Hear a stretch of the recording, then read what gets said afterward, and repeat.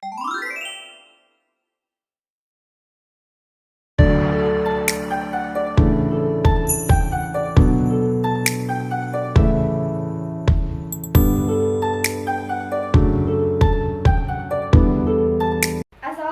warahmatullahi wabarakatuh. Waalaikumsalam warahmatullahi wabarakatuh. Halo semua, salam sejahtera bagi kita semua. Sebelumnya izinkan saya memperkenalkan diri terlebih dahulu. Saya Bella Milianda, mahasiswi dari Poltekkes Kemenkes Tanjung Karang, jurusan Kesehatan Lingkungan. Di sini seperti yang ibu-ibunya ketahui bahwasannya saya akan melakukan penyuluhan mengenai bahayanya demam berdarah denggi atau yang kita sering sebut DBD disebabkan sanitasi yang buruk. Pada kesempatan ini marilah kita bersama-sama meningkatkan kewaspadaan terhadap penyakit demam berdarah denggi atau DBD yang sering meningkat saat musim hujan dan tergenangnya air. DBD merupakan penyakit yang disebabkan oleh virus denggi dan ditularkan melalui gigitan nyamuk Aedes aegypti dan Aedes albopictus. Nah, nyamuk ini yang sering kita lihat dengan ciri-ciri warna hitam, bergaris putih di seluruh badan hingga ke kaki pastinya. Ibu-ibu ini pernah lihat ya, seperti ini bentuknya. Pada musim hujan, ternyata jumlah kasus DBD meningkat karena banyaknya genangan air yang menjadi tempat perkembangbiakannya nyamuk. Bahkan Dinas Kesehatan atau Dinkes Provinsi Lampung mencatat terjadi sebanyak 2.709 kasus demam berdarah denggi atau DBD sepanjang 2025. Banyak banget tak kan? Oleh karena itu, sangat penting bagi kita semua untuk memahami gejala, cara penularan, serta langkah-langkah mencegah agar terhindar dari penyakit ini. Ibu-ibu sekalian tahu tidak bahwa DBD merupakan penyakit yang bisa menyerang siapa saja, baik anak-anak maupun orang dewasa. Penyakit ini memiliki gejala awal yang sering muncul seperti demam tinggi mendadak yang berlangsung selama 2-7 hari. Selain itu, penderita yang mengalami sakit kepala parah, nyeri di belakang mata, atau nyeri otot dan sendi, serta kelelahan. Gejala lainnya yang perlu diwaspadai adalah mual, muntah, kehilangan nafsu makan, dan munculnya bintik-bintik merah pada kulit akibat perdarahan di bawah kulit. Pada kasus yang lebih parah, penderita bisa mengalami mimisan, gusi berdarah, hingga syok denggi yang berbahaya dan dapat menyebabkan kematian jika tidak segera ditangani. Penyebaran DBD terjadi melalui gigitan nyamuk Aedes aegypti yang telah terinfeksi virus denggi.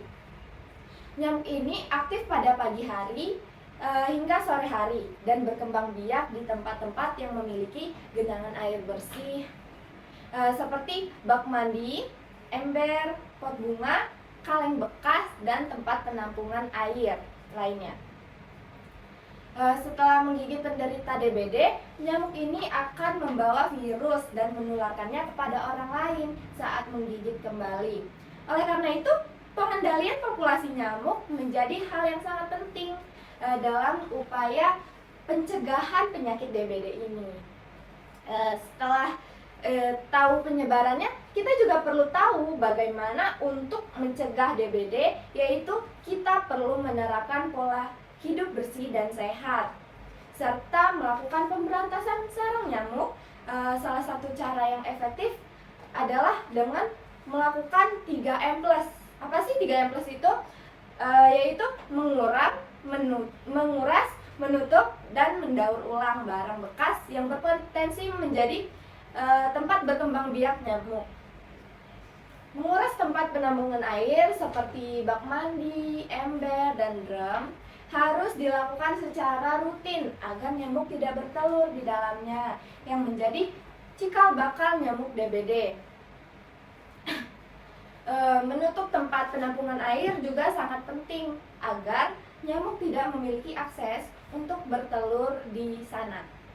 Barang-barang bekas seperti kaleng bekas didaur ulang atau dibuang dengan benar agar tidak menjadi sarang nyamuk.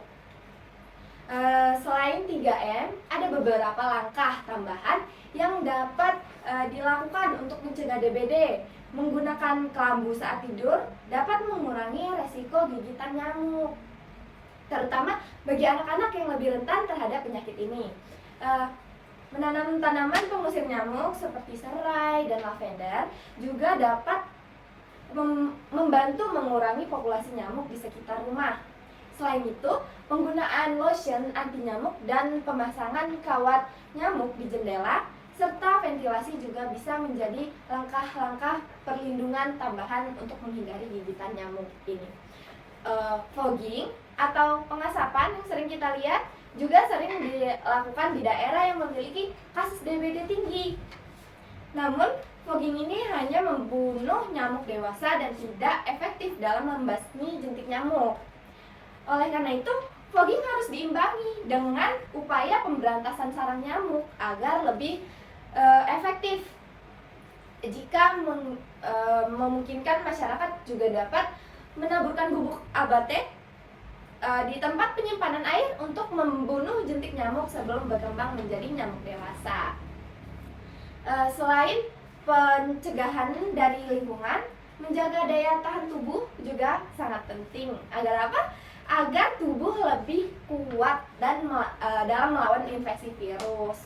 Mengonsumsi makanan bergizi, istirahat yang cukup, dan rutin berolahraga dapat membantu meningkatkan sistem imunitas kita. Minum banyak air putih juga dianjurkan agar tubuh tetap terhidrasi dengan baik.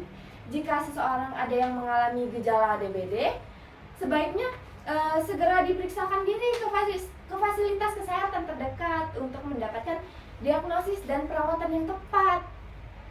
Setiap orang memiliki peran penting dalam mencegah penyebaran DBD.